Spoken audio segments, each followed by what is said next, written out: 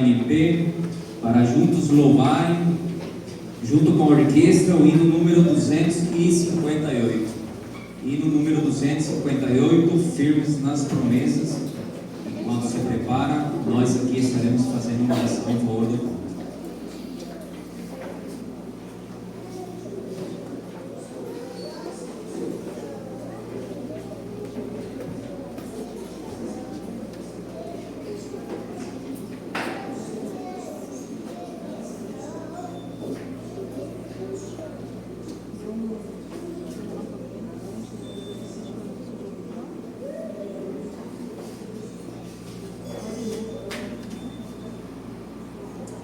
Amém? Damos por início o nosso culto em nome de Jesus, com o cantar do hino número 258.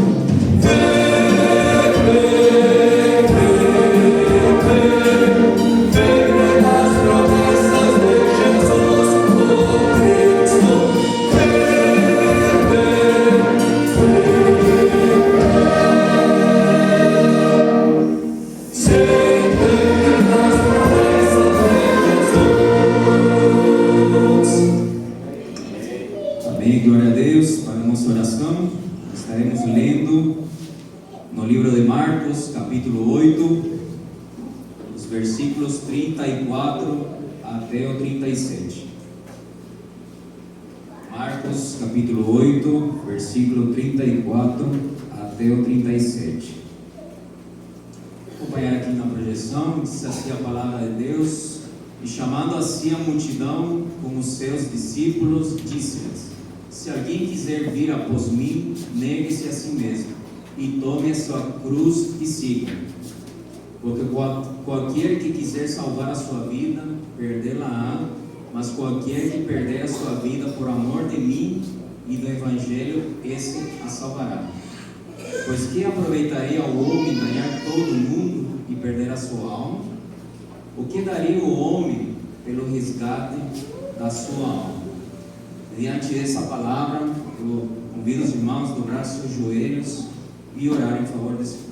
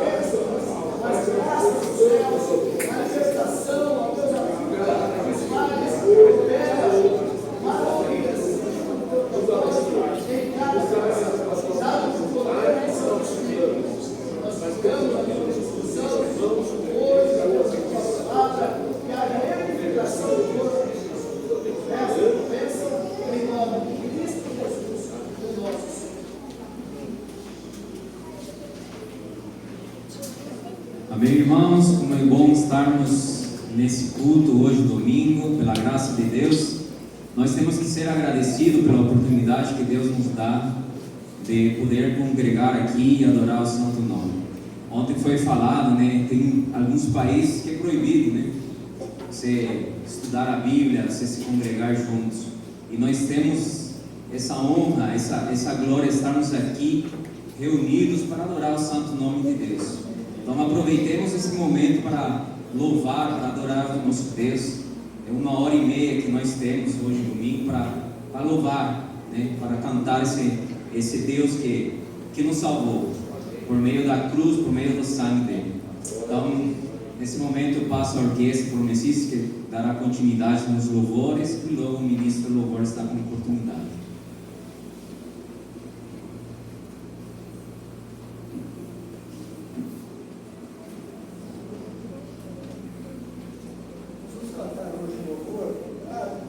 Número 8. Fonte és tu de toda a bênção. Espero que a gente possa, em todo o tempo, entender isso.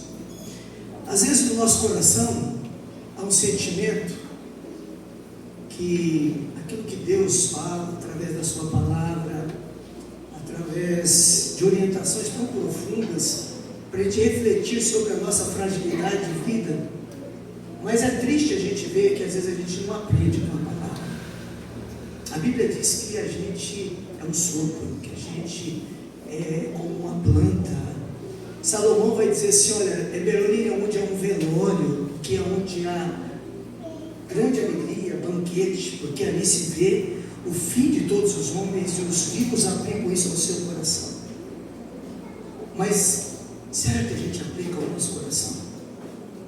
Será que a gente sente isso? E esse hino me faz refletir sobre isso. Eu não sei se a gente entende de coração que Deus é a fonte de toda a bênção. Quando o diretor do culto diz assim: nós temos 1h30, para que essa 1h30? Onde está o teu coração?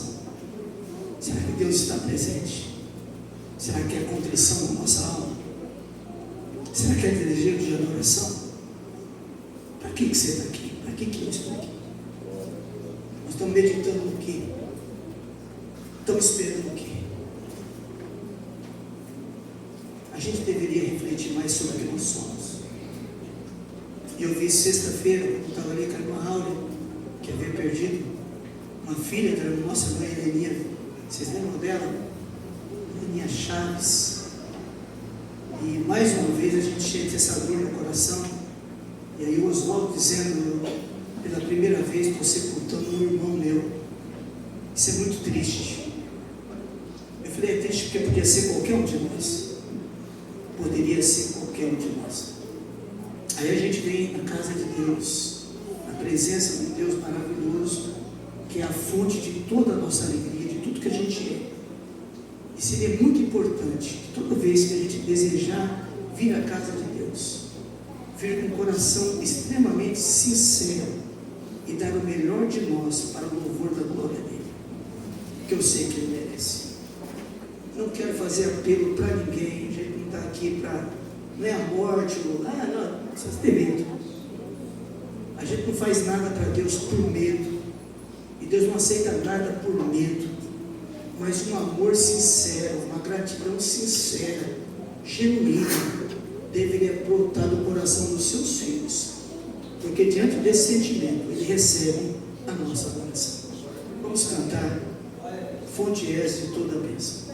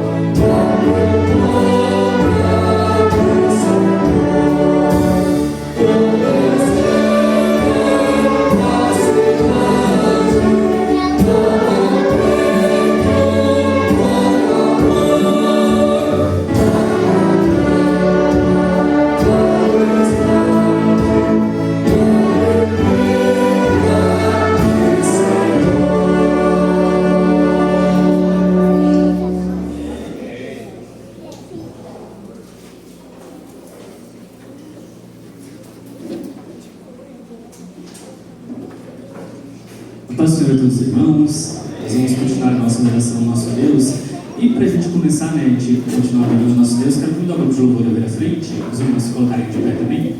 Nós estamos cantando agora um louvor que é novo e que ele vai falar sobre as bênçãos do Senhor sobre a nossa vida. Que a cada dia, a cada amanhecer e a cada anoitecer, nós vemos a presença do nosso Deus. Assim como nós cantamos agora, que Ele é a fonte divina das nossas vidas, nós declaramos que esse Deus, Ele está em todos os momentos com a nossa vida também. Então nós vamos cantar este louvor, convidar os irmãos para conhecerem esse louvor junto com a gente, né? E a gente declarar essa bênção do nosso Deus sobre as nossas vidas.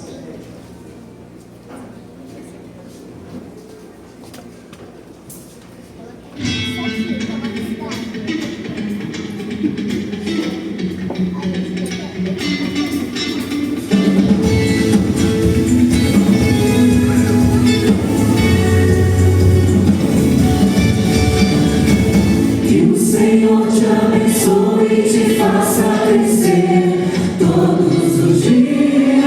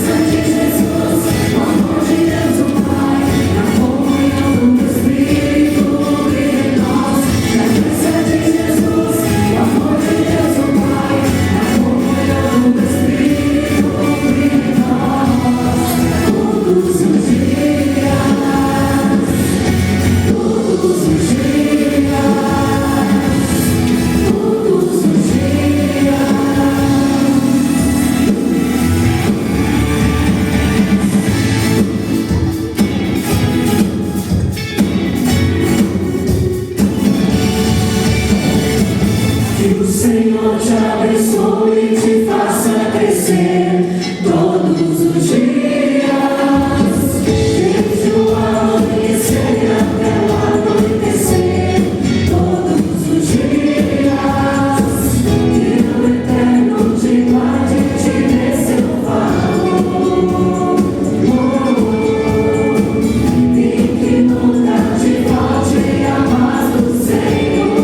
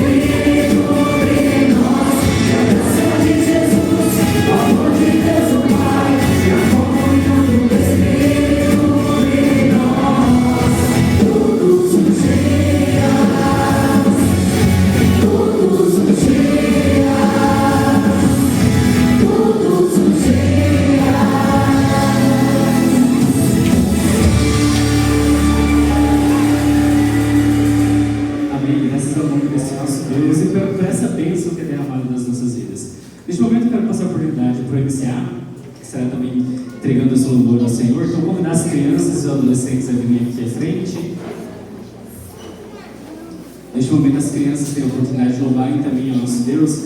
Eles ensaiam todos os sábados de manhã, para que eles também possam fazer parte da nossa igreja através dos louvores, através da adoração, continuar essa adoração. E eles se dedicam nesse momento para a adoração do nosso Deus, e agora estarão também louvando ao Senhor através de um louvor.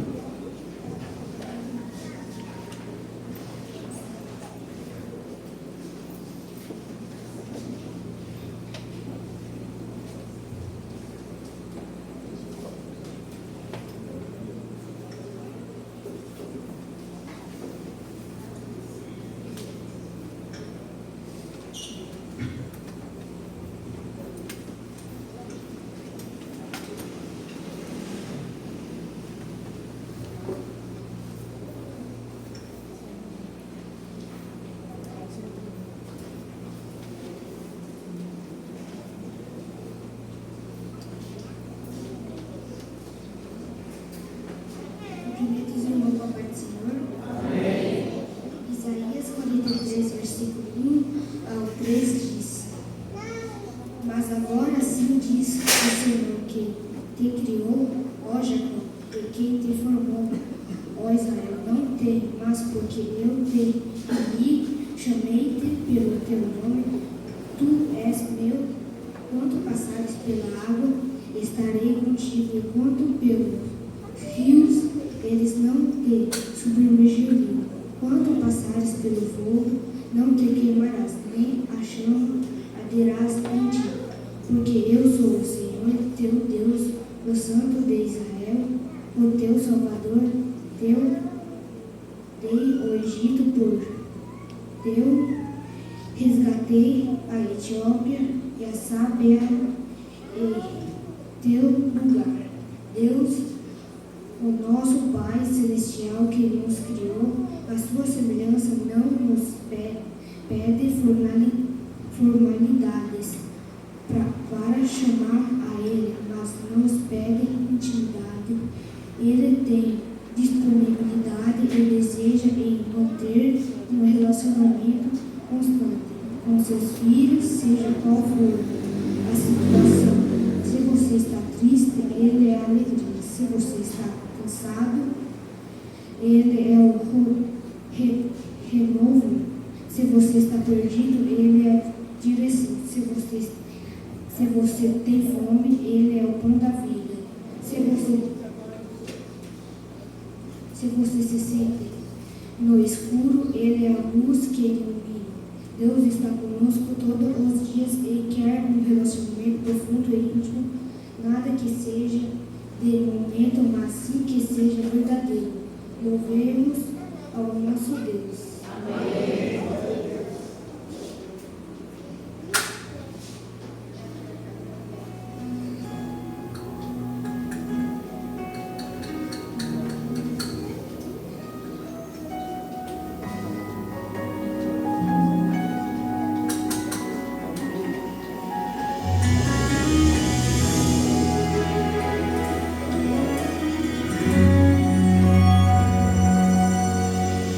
Muitos me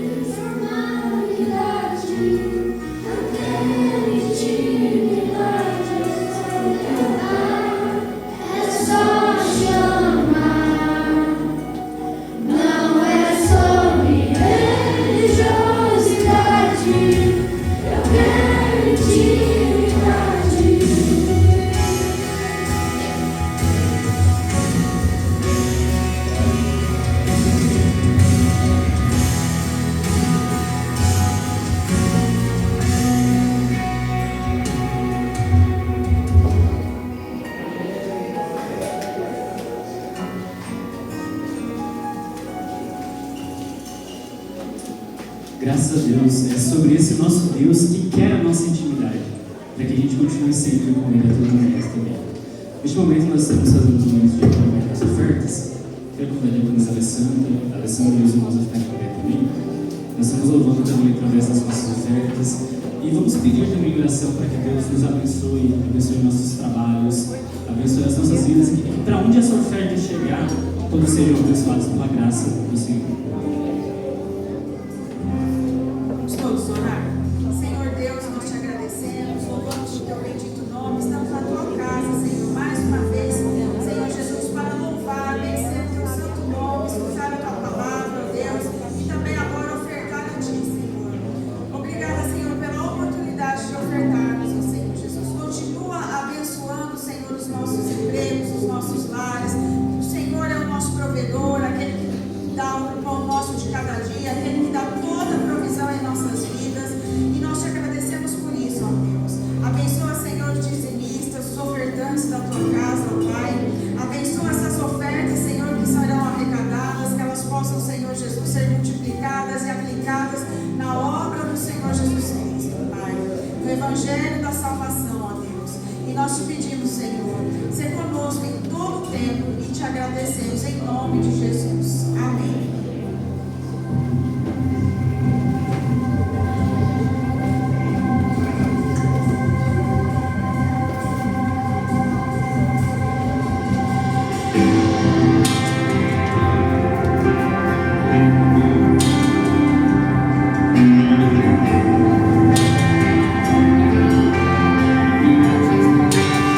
Venci,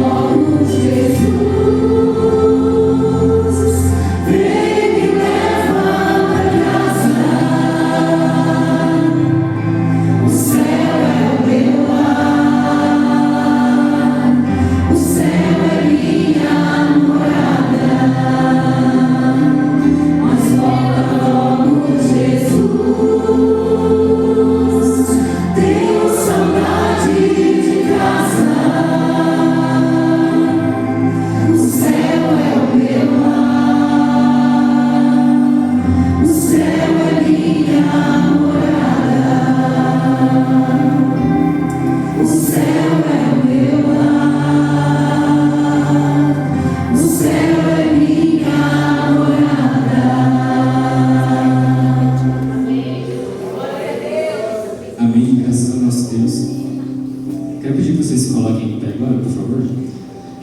Nós estamos louvando como prelúdio da mensagem de hoje. E eu estava analisando tudo que a gente está cantando aqui hoje.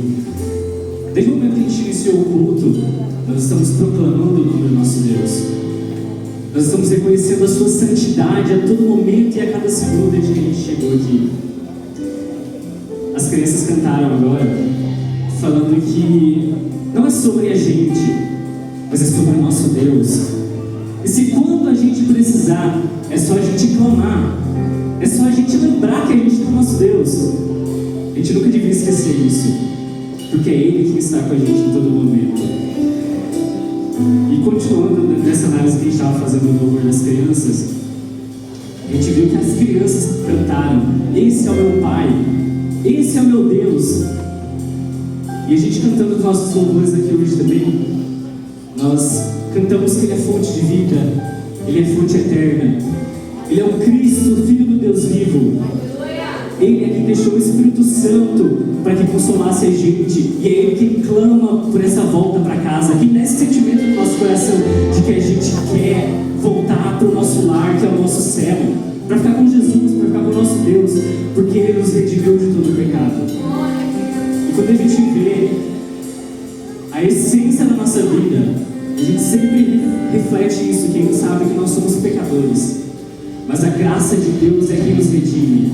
É Cristo que nos tira dessa condição de pecadores, de falhos, de errados, e nos traz para a graça e nos mostra qual que é o caminho certo a percorrer. E Ele fala para a gente: filho, vá por aqui, tua fé te salvou, não peca mais, mas continua, não peca mais, mas continua aqui, eu estou com você a cada segundo, e por onde você for, eu vou também, mas continue em santidade. A gente vai cantar um louvor agora que ele fala sobre o nosso Cristo, que a gente não precisa ver Ele, mas é para a gente querer que Ele é real. Eu não vejo meu Deus, mas eu sei que Ele é real na minha vida, e que esse desejo também transborde na igreja, e transborde das portas para fora também, que quando a gente cantar, quando a gente exaltar o nome do nosso Deus, quando a gente orar, as pessoas saibam que Cristo é o Filho do Deus vivo, é o Cristo que nos salva e que nos redime, e que sem Ele a gente não faz nada. E por isso que a gente sempre canta que Cristo é bem-vindo nas nossas vidas. Cristo, seja bem-vindo aqui no meu coração, seja bem-vindo na minha mente, limpa o que está sujo aqui, o que está errado, mas Cristo continue nos nossos corações, e que a gente clame isso a todo momento, meu irmão, porque aí fora a gente vai se deparar com tanta coisa, mas com tanta coisa que vai tirar a gente dessa paz, da paz de Cristo. Mas Cristo é conosco, Cristo é quem enxuga as nossas lágrimas, é aquele que fala pra gente: olha, eu estou com você, e que a gente canta que é o Cristo das nossas vidas.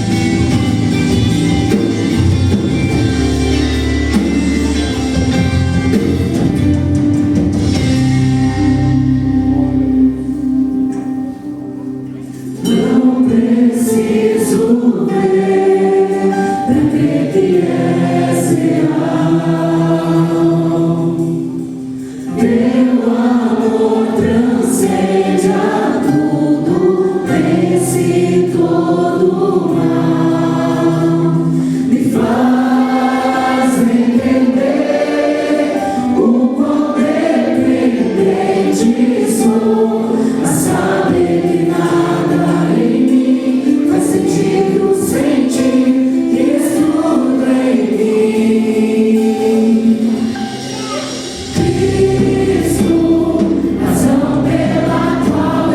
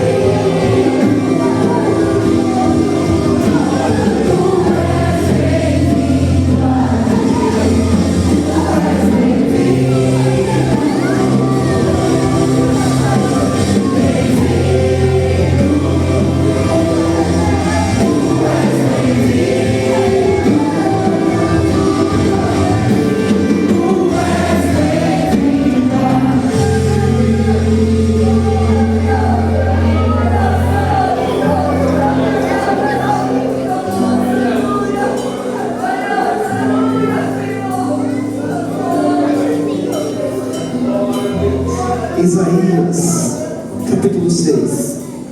Isaías, capítulo 6, versículo 1 diz assim: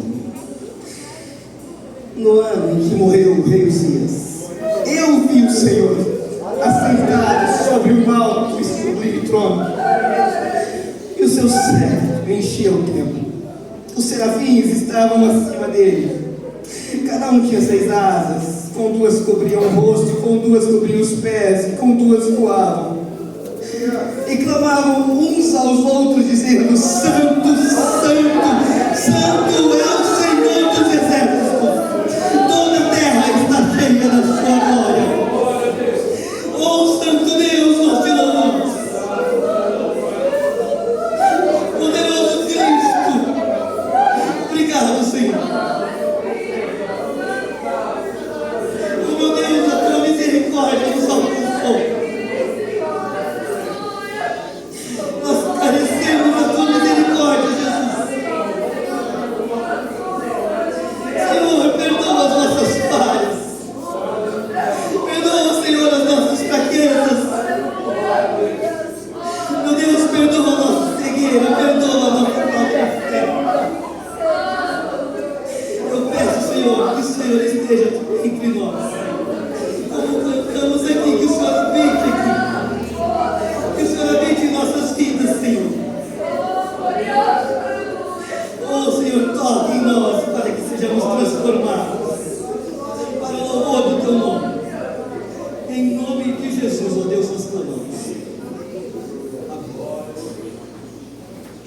Irmãos, podem sentar.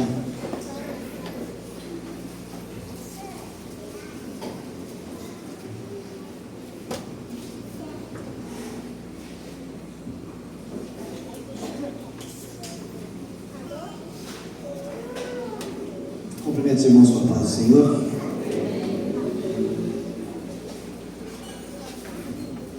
Eu deixei como tema dessa mensagem de hoje: cegos que enxergam. E esse louvor do prelúdio vem falando muito ao meu coração sobre o que essa mensagem já ministrou para mim, sobre ver a Cristo. Nós estamos em uma geração, meus irmãos, que vê tudo. Hoje, tudo está em telas, tudo está em postagens. Acontecimentos do mundo inteiro simultaneamente são transmitidos para todos. Nós estamos tendo uma visão ampla de tudo o que está acontecendo. Cada vez mais as telas têm qualidade melhor de definição, plasma, LCD, LED, QLED, 4K, 8K, e a mão vai parar no seio. Nós estamos vendo tudo.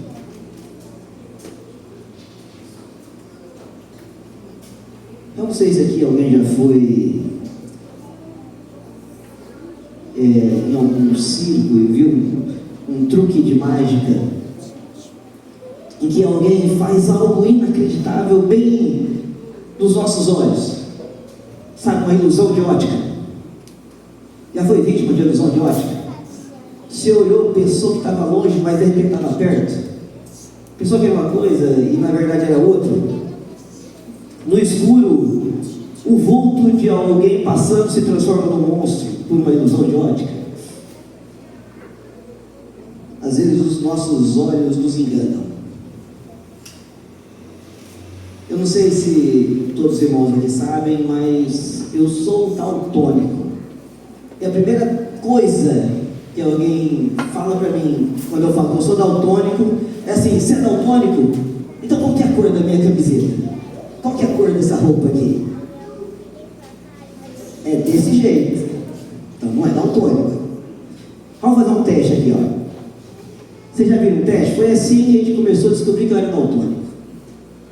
Para você que tem uma visão 100%, você está vendo um número aí no meio? Está vendo um número no meio? Tem um número aí? Crianças, que número que tem aí no meio? Eu tive que colar a resposta, tá? Tá certo, tem um 2. Se você não viu o 2, tem algo errado aí. Você viu só um monte de pontinho, liga o alerta para dar autorizo. Próximo. Tem outro número aí. Que número que tem aí? Fala aí. Eu não posso falar que não estou vendo nada, estou vendo um monte de pontos. É um número composto, 2 números. 40 e... É 45, tem mais daltônico aqui, hein, gente? Vamos lá, outro. Tem um número fácil aí ou não? Qual que é? Que número que tem? É um 6, que é meio confuso, mas é um 6 ou 5. A resposta é 5, mas alguns vêm com um 6, por todos os pontos. E o último, tem um número aí. A dica é 73, certa resposta aqui. Então você não é daltônico. E assim nos testes eu fui descobrindo, brincando de palitos, sabe aqueles palitos que não podiam mexer, e na hora de somar os pontos das cores dos palitos, eu sempre somava errado. Eu era bom em matemática, mas eu somava os pontos errados. Minha mãe achava que eu estava roubando para ganhar. E não era. Eu só estava confundindo as cores. Eu vejo as cores, gente, mas a minha mente me engana. Né, Tuti? Tuti também é daltônico, tá? Então, a gente vê as cores, mas os nossos olhos nos enganam. A gente está vendo ali, mas a gente não consegue identificar. Sabe quando você vê, mas não enxerga? Para algumas cores, eu sou um cego que enxerga. E a gente vai vivendo assim, às vezes enxergando, mas sem ter percepção. Isaías 6, quem quiser acompanhar, eu li até o versículo 3, e o versículo 4 em diante diz assim: e os umbrais das portas se moveram com uma voz do que clamava, e a casa se encheu de fumaça. Então eu disse: ai de mim, que vou perecendo, porque eu sou um homem de lábios impuros, e habito no meio de um povo de impuros lábios, e os meus olhos viram o Rei, o Senhor dos Exércitos. Mas um dos serafins voou para mim, trazendo na mão uma brasa viva, que tirara do altar com uma tenaz, e com ela tocou na minha boca e disse: eis que isto tocou os teus lábios, e a tua iniquidade foi tirada, e purificado o teu pecado. E depois disso, eu ouvi a voz do Senhor que dizia: a quem enviarei? A quem há de ir por nós? Então eu disse: eis-me aqui, envia-me a mim. Isaías viu a glória de Deus. Ele viu a glória de Deus. Algo surpreendente. E a primeira coisa que Isaías tem quando vê a glória de Deus é uma percepção de quem Ele é. Quando você vê a glória de Deus, a primeira coisa que você tem que ver é quem você é diante desse Deus. Isaías fala assim: ai de mim, que vou morrendo, estou morrendo. Ele se vê como um pecador, ele se vê como um miserável diante da glória de Deus. a glória de Deus impacta Isaías. Meu irmão, a visão nem sempre te dá percepção. O problema é quando a gente não tem percepção das coisas. Alguém que se importa com você, alguém que te ama de verdade, já teve uma percepção sobre a sua vida sem te ver? Comigo já aconteceu. Por telefone, às vezes, alguém fala assim: o que foi? Sua voz está diferente? O que está acontecendo? Só do jeito de andar, às vezes, quando você conhece alguém de verdade, você tem a percepção de que algo está errado. Nós não precisamos ver para crer que és real. Não é isso que nós tratamos aqui. Percepção não tem a ver com visão. O problema é que a gente às vezes não tem percepção. Temos a visão, mas não temos a percepção. Isaías teve visão da glória de Deus, mas também teve percepção. Viu quem era Deus, viu o que aquilo representava, todo aquele ser cheio de glória, o ambiente que ele estava, e teve a percepção de quem ele era. Marcos, no capítulo 10, no versos 46, conta a história de um cego. As crianças sabem o nome desse cego, que gritavam assim: Jesus, filho de Davi, tem misericórdia de mim. É um cego chamado Fala alto, crianças. Cadê Miguel? Você sabe Bartimeu. Uma pessoa sem visão, mas com percepção.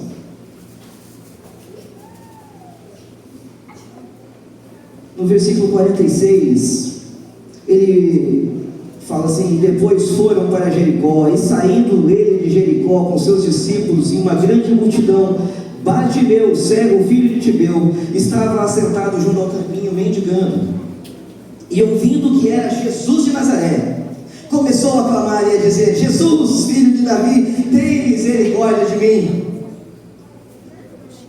E Jesus, parando, disse que o chamassem, e o chamaram, e chamaram o cego e dizendo-lhe: tem bom ânimo, levanta-te, ele te chama. Versículo 50. E ele, lançando da sua capa, levantou-se e foi ter com Jesus. Ele não estava vendo Jesus, mas ele tinha percepção de quem era Jesus. Quando ele grita: Jesus, filho de Davi, ele fala assim: eu sei que o Senhor é o Messias, da profecia, aquela profecia que dizia que um descendente de Davi viria para nos salvar.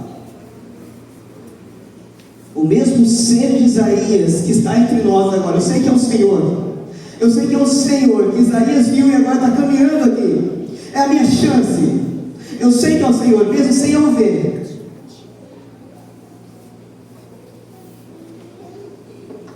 E aí, Jesus falando, disse-lhe: o que queres que eu te faça? E o cego disse: mestre, que eu tenha vista.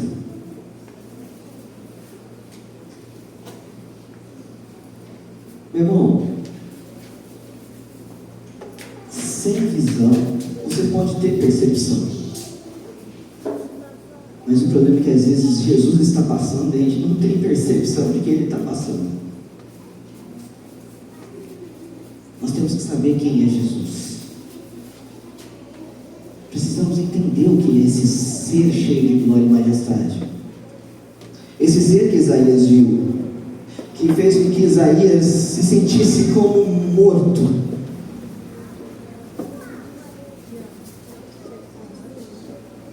Atos, Atos no capítulo 9.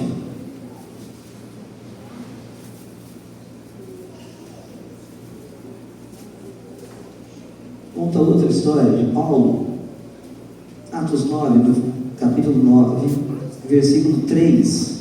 Diz assim: e indo no caminho, aconteceu que chegando perto de Damasco, subitamente cercou um resplendor de luz do céu, e caindo em terra, ouviu uma voz que lhe dizia: Saulo, Saulo, por que me persegues?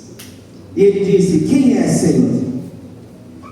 E disse o Senhor: eu sou Jesus a quem tu persegues. Duro é para ti calcitrar contra os aguilhões. E ele, tremendo e atônito, disse: Senhor, o que queres que eu faça?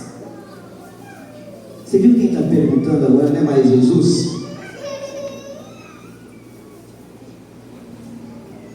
Antes, quem perguntou o que queres que eu faça foi Jesus. Mas agora é Paulo que pergunta: o que queres que eu faça? Por que Jesus pergunta para Bartimeu e agora é Paulo que pergunta? Porque Bartimeu já tinha percepção de quem era o mestre. E Jesus sabia que ele já tinha percepção de quem era ele. Ou seja, Bartimeu já tinha tudo, só faltava ver. E agora Paulo não tem nada. E ele precisa mudar a sua vida. Paulo tinha uma vida de moral. Era um cara dedicado naquilo que fazia. Ia aos cultos todo sábado, todo domingo, quarta-feira. Estudava a Bíblia. Entendia de ler. Entendia de tudo. Paulo entendia. Não tinha um ciclo de oração que Paulo não estava, uma vigília, não perdia. Mas não tinha a percepção de quem ele perseguia. Paulo não sabia com quem ele estava mexendo. Ele não tinha essa percepção. Uma pessoa que via, que enxergava, mas era cego espiritualmente. Nós vimos Bartimeu, um cego fisicamente, mas com uma grande visão espiritual. E agora Paulo, o contrário, tinha tudo. E o que derruba Paulo quando ele estava no caminho? O resplendor de uma luz do céu. O que derruba Paulo no chão, o que derruba o homem Paulo com a cara no pó, foi a glória de Cristo. A hora que Paulo se depara com a glória de Cristo, ele não resiste, ele vai ao chão. E ele reconhece que está tudo errado na vida dele. Porque agora ele fala assim: Senhor, o que é que eu faço? Ele reconhece que tem que ter uma mudança. O que o Senhor quer que eu faça, Senhor? Que agora ele vê a glória de quem ele persegue.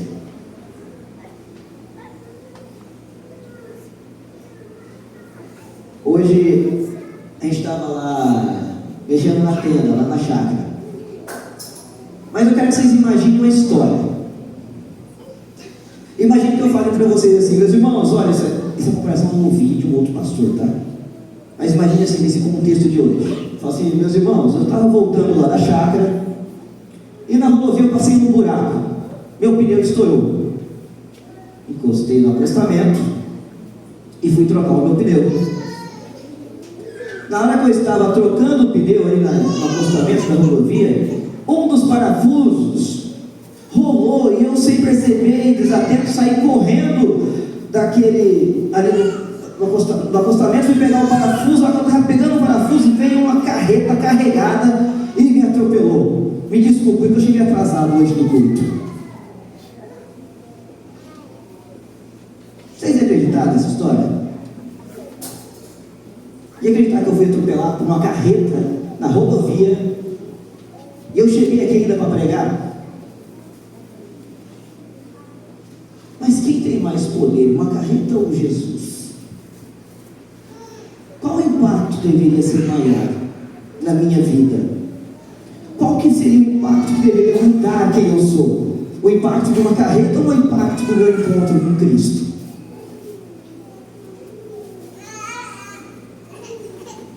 O que a glória de Jesus fez comigo? Qual que é o impacto que Ele teve comigo? O que a minha vida está diferente? O que mudou na minha forma? O que mudou no meu ser? Quando eu encontrei que choque com a glória de Cristo.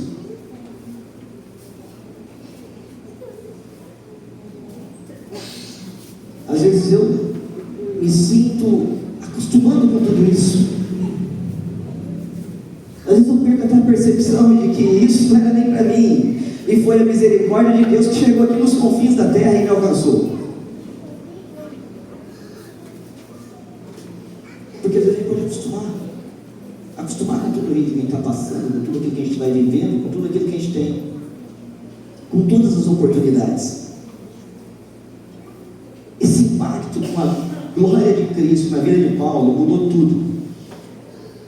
Mudou tudo. Paulo não foi mais o mesmo. De um perseguidor se tornou um dos maiores pregadores. Um dos livros importantes da Bíblia. E isso tudo por ter encontrado uma luz que veio do céu, de encontro a ele, e que o cegou. Ele via, mas ele precisou ficar cego agora. Quando Paulo fala, o que queres que eu faça, Senhor? Ele quer saber quem que me atropelou, quem é o Senhor, o que é isso que mudou toda a minha forma, que amassou todo o homem velho que tinha aqui, que está colocando algo novo dentro de mim, que eu preciso pôr para fora isso, eu preciso viver isso. Quem é o Senhor? O que eu preciso fazer? Paulo perdeu a visão naquele momento. Paulo perde o controle da situação. Não era mais um cara cheio de poder que decidia.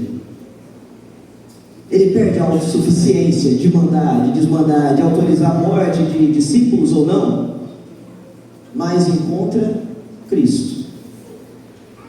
Perdeu toda a glória terrena. Toda a glória terrena que Paulo poderia ter. Ele perdeu. Mas ele encontrou a Cristo. E por isso que ele pode falar, olha, o que eu tenho aqui, isso aqui não vale nada. O único lucro que tem é viver ou morrer com Cristo. O único lucro que nós temos na vida, meu irmão, é viver para Cristo ou morrer com Cristo. É só isso que conta. E aí nós vamos lá em Apocalipse, no capítulo 3, na última carta às igrejas. Apocalipse 3, no versículo 14, diz assim: e ao anjo da igreja que está em Laodiceia escreve, isto diz o Amém, a testemunha fiel e verdadeira, o princípio da criação de Deus. Eu sei as tuas obras, sei que nem és frio nem quente, tomara que foras frio ou quente. Assim, porque és morno, e não és nem frio nem quente, eu vomitar-te-ei da minha boca.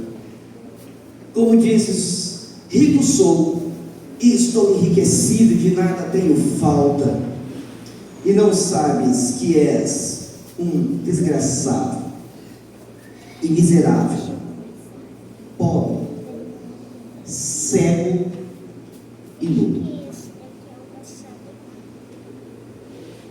Esse é um diagnóstico de Jesus.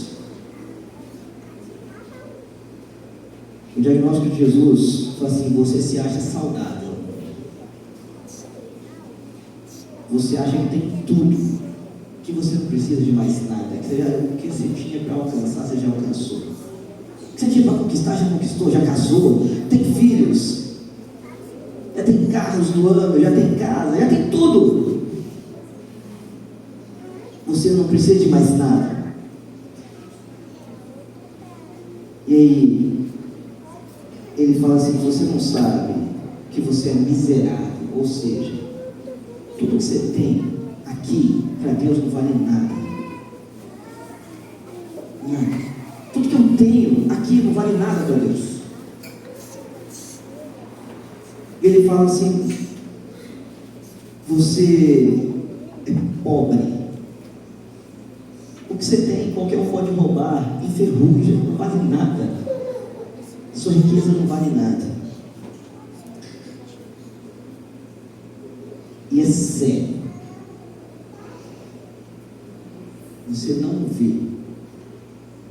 vê quem você serve. Você não vê quem é Deus. Você não tem a noção e a percepção de quem é você diante desse ser. E ainda finaliza com estar nu, no sentido de vergonha. Você é aquela situação de estar com vergonha diante de alguém, diante de um ser. Sabe quando parece que você não está vestido apropriadamente para um ambiente, que você chega e fala assim: ninguém me avisou que era para vir todo mundo de bege, de azul, de lilás, ninguém me falou, e parece que está todo mundo social, sai de bermuda. Sabe quando você parece que você está... É isso. Quando você não tem percepção desse diagnóstico de Jesus. Tá, mas e aí? Eu percebi que eu estou cego. Percebi que eu não tenho uma visão. Ou talvez perdi a percepção de quem é Jesus. O que fazer? Estou perdido? Condenado? Não. Nós temos um oftalmo especialista. Temos Cristo que entende de visão. Ele consegue reverter qualquer quadro. Qualquer quadro. Cristo pode fazer cirurgias, pode fazer transplante, pode passar um remédio para nós. João 9 fala de uma cirurgia que Deus fez diante das pessoas, um cego de nascença. E Cristo pega um pouco de barro, um pouco de lodo, passa no olho daquele cego e fala assim: vai lá, lave. E aquele cego que está ali relatado em João 9, lava e ele volta a enxergar. Às vezes no meu caso, um caso cirúrgico. Às vezes Cristo precisa limpar os meus olhos para que eu possa voltar a vê-lo como Ele é.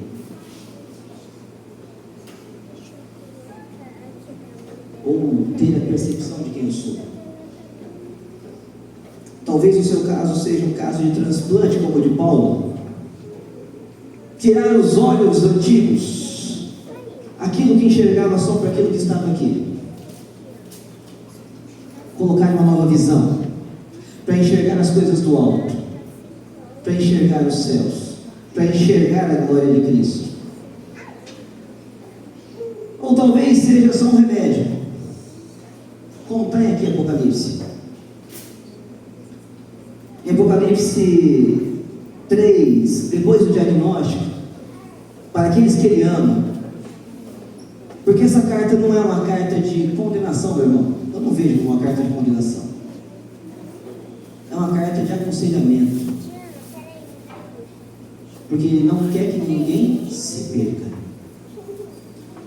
E Ele fala assim no versículo 18, Apocalipse 3, 18: aconselho-te que de mim compres ouro provado no fogo, para que te enriqueças. Que essa riqueza que você tem aqui não vale nada, mas busca de Deus o seu tesouro, aquilo que realmente importa. Busca em Deus aquilo que realmente importa. Busque em Deus também vestes brancas, para que te vistas e não fique mais com vergonha no ambiente, sabe? Agora você vai estar vestido adequadamente para o banquete, e que você unjas os teus olhos com um colírio, para que vejas. Às vezes a gente precisa só do colírio. Pedir ao Espírito Santo que pingue essas gotinhas de colírio dos céus, dos nossos olhos,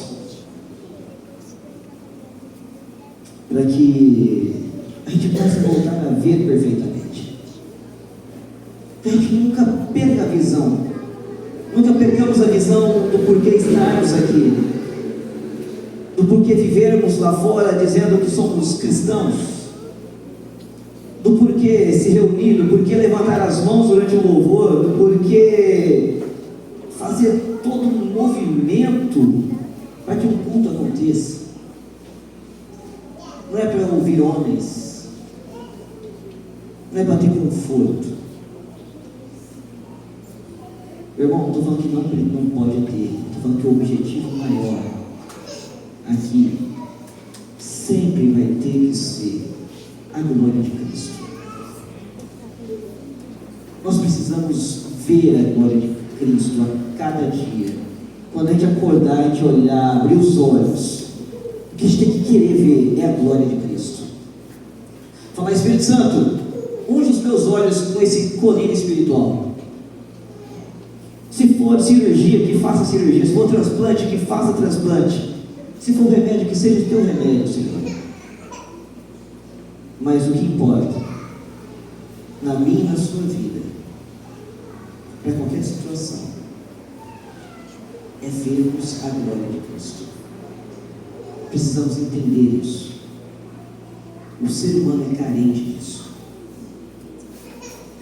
E quem sabe assim, a gente possa dizer, como está lá em João 9, aquele cego de nascença, que falou, João 9, no capítulo 9, versículo 25,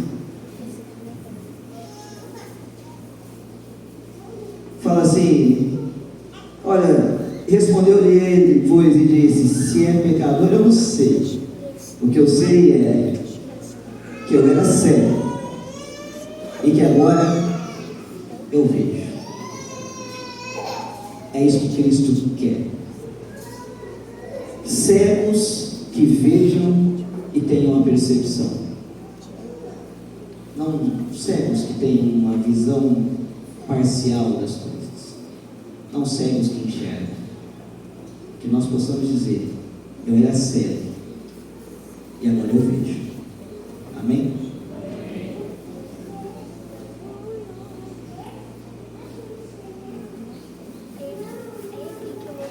Vamos ficar em pé, irmãos, nós vamos orar. Entendendo a vontade do Senhor, que os presbíteros aqui na frente. Nós vamos pedir que o Senhor possa, em todo o tempo, nos dar essa correta percepção espiritual da presença de Jesus na nossa vida, na nossa história, em tudo que nós viemos a fazer e a buscar. Jesus é uma realidade cada dia mais presente. E é triste, né? Porque a gente sabe que cada vez mais há uma dificuldade de que se haja a percepção da manifestação de Jesus.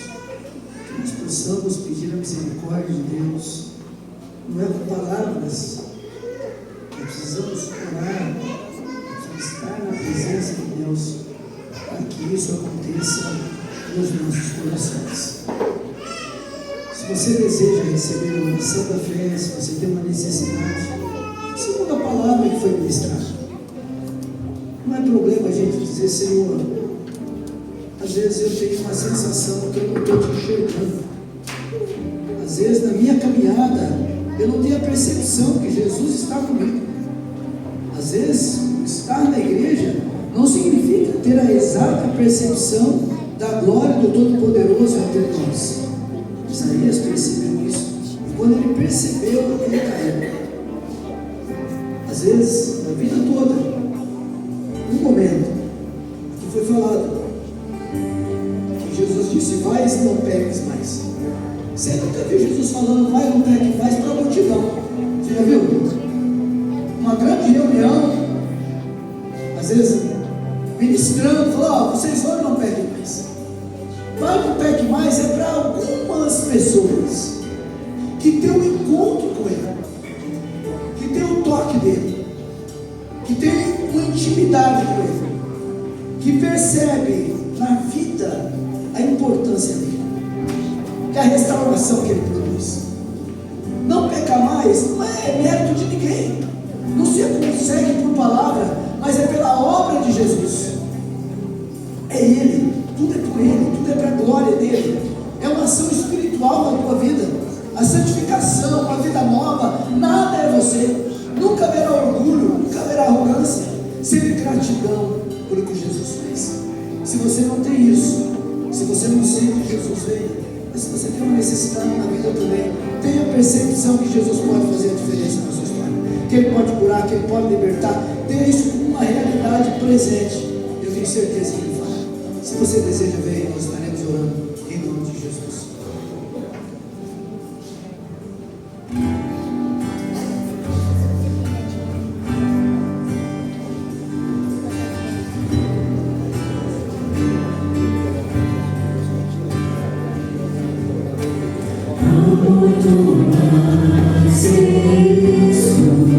Espírito Santo, sopra em nós. Há muito mais que isso. Espírito Santo, esperamos por ti.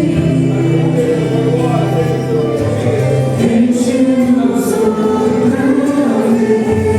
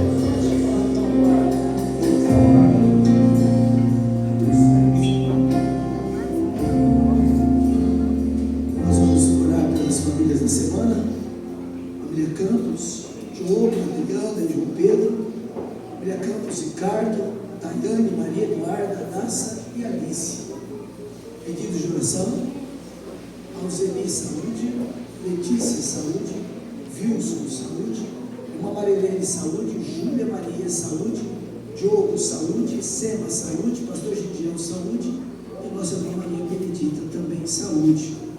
Não nos esqueçamos, não nos esqueçamos dessa semana de retiro. Não deixe de orar, né? É importante tirar tempo de orar, né? Isso aí está marcado, mas a gente poder ir, conhecer todo mundo aí, na educação familiar. Não nos esqueçamos de orar pelo retiro. Tudo que vai acontecer ali, que tenhamos a bênção, a manifestação de Deus de uma maneira muito especial na vida de todos nós que ali estivermos, os ministrantes, que Deus use eles, que Deus fale ao coração deles, porque é assim que acontece, que eles sejam orientados, que Deus já está falando no coração deles, desde que foram convidados a estar aqui, que nós possamos ver a bênção de Deus de maneira gloriosa em nossas vidas. Então, de joelhos, oremos no Senhor.